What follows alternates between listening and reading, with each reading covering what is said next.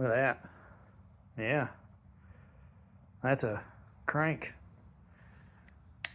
That's a HO50 crank. That's the one, if you see my other shorts, that I polished with sandpaper and a drill.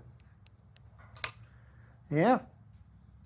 Mic'd out to like, I don't know, 2.5, 3, 003, 0025, somewhere in between there.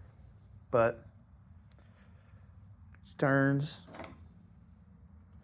She is a little tight, but the assembly lube I used was really thick. I think that's what it is, but I can turn it with my fingers, so it should be fine. And according to the old Plastigauge, it's within spec.